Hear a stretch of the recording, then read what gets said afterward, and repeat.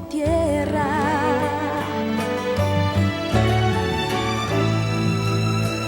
Oh, si pudiese hablar en la lengua de Cana,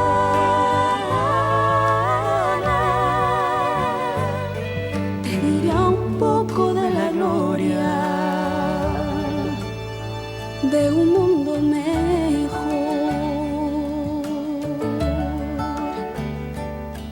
Te diría un poco de la gloria de un mundo mejor, de un mundo mejor, de un mundo mejor.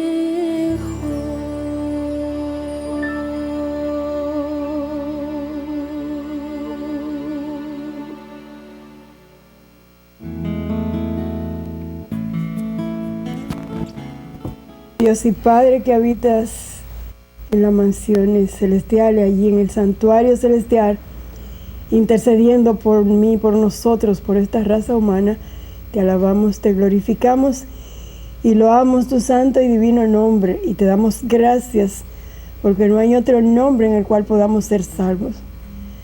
Padre, queremos pedirte una bendición por cada persona que está ahí y pedirte que tú dirijas lo que resta de esta programación, que tú pongas carbones encendidos en nuestros labios y que tu mensaje llegue como tú quieres que llegue y que en el nombre de Jesús, conforme a tu voluntad.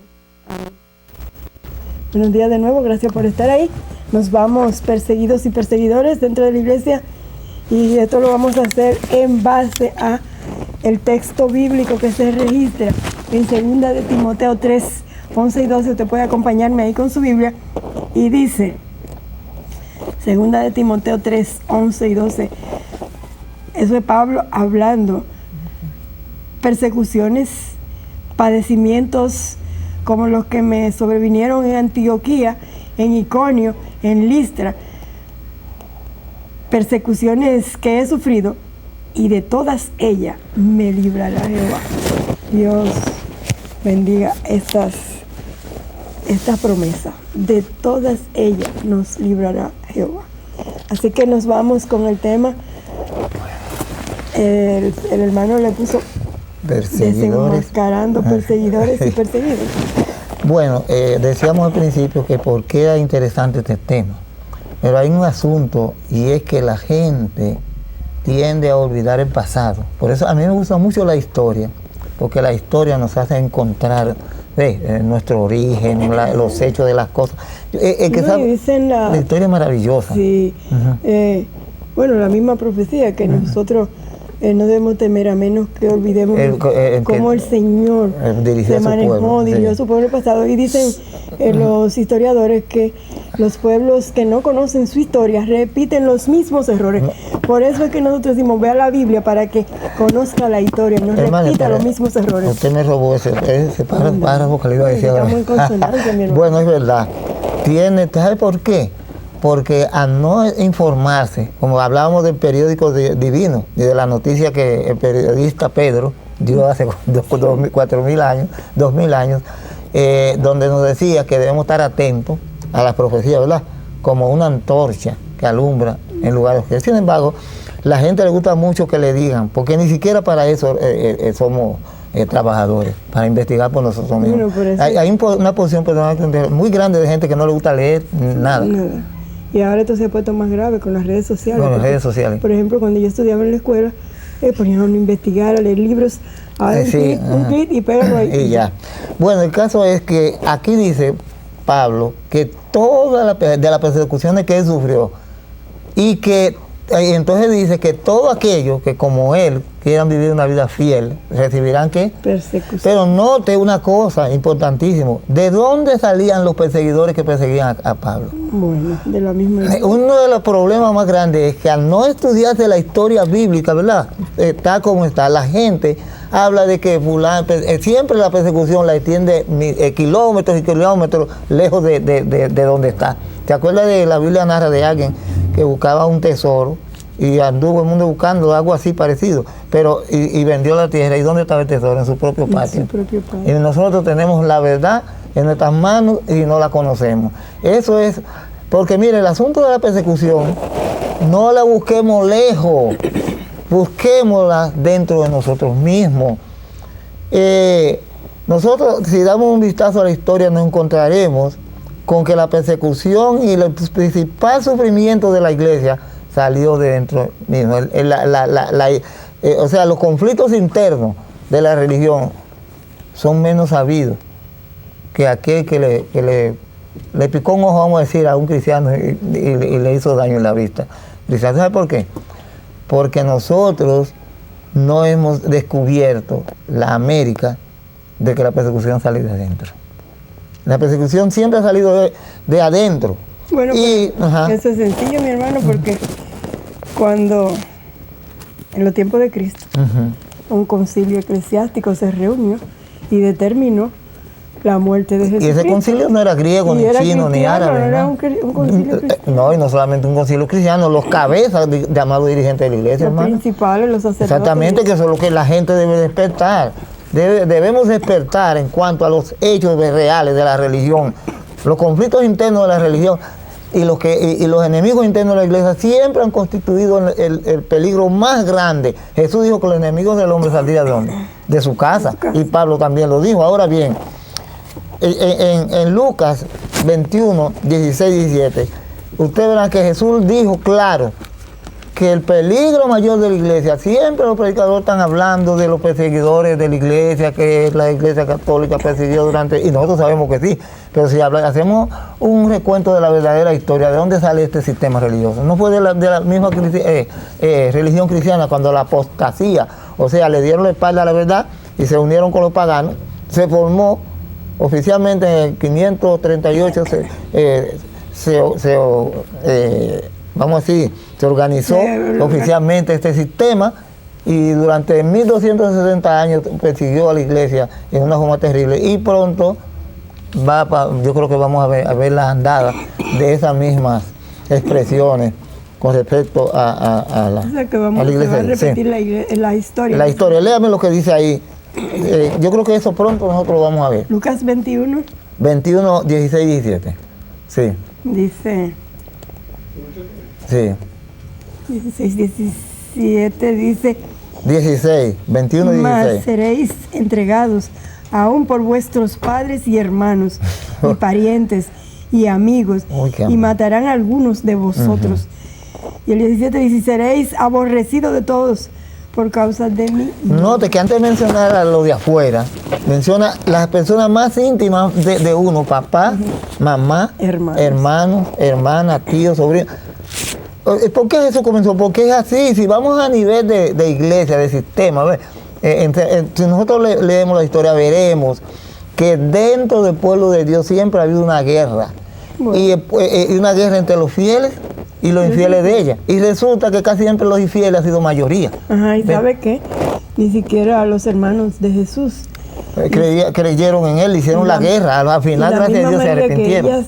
Llevaba todas esas cosas en su corazón. En su corazón, sí. A veces como que quiso vacilar. Exactamente. Por lo tanto, nosotros vemos que ahora, sin embargo, ahora mismo los vientos tormentosos de la persecución ya se vislumbran en el horizonte de la fe del creyente. Se están haciendo cosas que obligatoriamente tendrá que haber persecución. ¿Sabe por qué? Porque hay cosas que los cristianos verdaderos jamás las aceptaremos por la gracia de Dios, que se están planeando y que han sido aceptadas por el llamado protestantismo apóstol, que ya no existe protestantismo. Ya todos están comiendo como Judas, ¿verdad? Que comió el plato de Jesús, pero no era de Jesús. Así no está sucediendo eso, porque cuando los enemigos tienen un enemigo común, se unen, como se unieron para destruir a Jesús. Ahora bien, nosotros tenemos por delante unos momentos que no han existido jamás, ¿verdad? En la Biblia, como dice el profeta Daniel, que en los últimos días habrá un tiempo cual nunca se ha visto en la tierra después que los hombres vivimos en ella. Por lo tanto, nosotros nos quedamos en la apostasía en el momento del nacimiento de Jesús. ¿Se acuerdan? Dijimos que después que Israel decidió echar a un lado el gobierno de Dios, ¿verdad? Cuando una comisión, nada más y nada menos que los cabezas de la iglesia, fueron a Samuel y le dijeron que ellos querían un gobierno, buscaron como excusa que los hijos de Daniel, de Samuel no eran fieles, y ellos querían un gobierno al estilo de la tierra de los habitantes de Canaán. Y cuando Samuel les puso por mandato de Dios, que Dios le había dicho ya, déjalo, está bien, dale lo que ellos piden, pero primero dale ver lo que le pasará cuando elijan rey. Y cuando Samuel les pone, dicen la expresión, eso va, después de haberle dicho, y le pesó, porque después que ellos le dieron la espalda al sistema divino que Dios quería para manejar a Israel, Dios habla, los profetas comunican, así era que Dios quería. Ellos querían un vocero humano, pero Dios se lo dio. Pero después el primer rey fue un hombre prepotente y que hacía lo que le daba la gana. Y de ahí Israel fue cuesta abajo. Sí, y lucha, y mucho, porque los fieles de la iglesia se oponían. Entonces ellos, como va a suceder pronto, todavía no está sucediendo el derramamiento de sangre, pero se están sucediendo cosas muy feas dentro de las comunidades religiosas sin excepción. Hay opresión. Es más, las iglesias se están pareciendo mucho. ¿Te acuerdas lo que pasó cuando el paganismo se metió en la iglesia? ¿Qué sucedió? Que la iglesia y el paganismo vinieron a hacer lo mismo. Hoy en día el llamado protestantismo apóstata, todas las iglesias están uniéndose a un sistema que anda por ahí, ¿verdad? Que todavía existe, y están pactando con ella y están tomando prácticamente sus mismas decisiones, tanto así que van a formar algo que el Apocalipsis llama la imagen de la bestia. O sea, el carácter de las religiones llamadas protestantes está fundiendo tanto en este sistema que van a formar una imagen.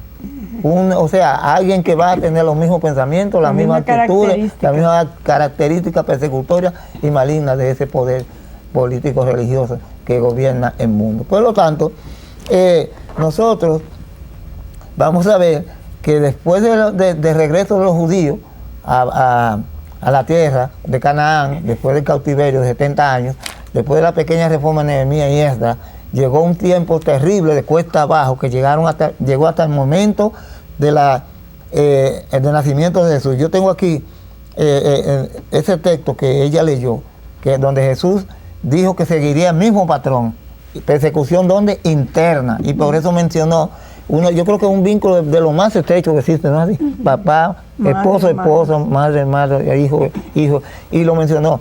Y por tanto nosotros debemos localizar la persecución en su verdadero de dónde se encuentra, sí, ese es su centro. Vamos a ver la apostasía en tiempos de Jesús. Nosotros dijimos que cuando Jesús nació ya había un letrero grande que decía: a los suyos vino y no le conocieron, y no lo conocieron. Pero vamos a ver aquí en Mateo 2, 7 y 8, siguiendo el patrón de lo revelado por la Biblia al momento del nacimiento de Cristo respecto a la condición de la iglesia. Vamos a ver qué nos dice Mateo 2, 7 y 8. Sí. Vamos a ver qué nos dice. Dice entonces Herodes, llamando en secreto a los magos, indagó de ellos diligentemente el tiempo de la aparición de la estrella, y enviándolos a Belén, dijo: id allá y averigüen con diligencia acerca del niño, y cuando le hallen, hacedmelo saber, para que yo también vaya y le adore. Ese es Mateo 2, 7 y 8. Ahora léame el versículo 16. 2, de ahí mismo. El 16 dice: Herodes entonces, cuando se vio burlado por los magos, se enojó mucho y mandó a matar a todos los niños menores de 2 años que había en Belén y en todos sus alrededores, conforme al tiempo que había inquirido de los Ese texto ya lo habíamos leído, donde decía que Satanás trató de destruir a Jesús desde el mismo momento y utilizó a los hombres más cercanos del pueblo. Y aquí vemos que es el único gobernante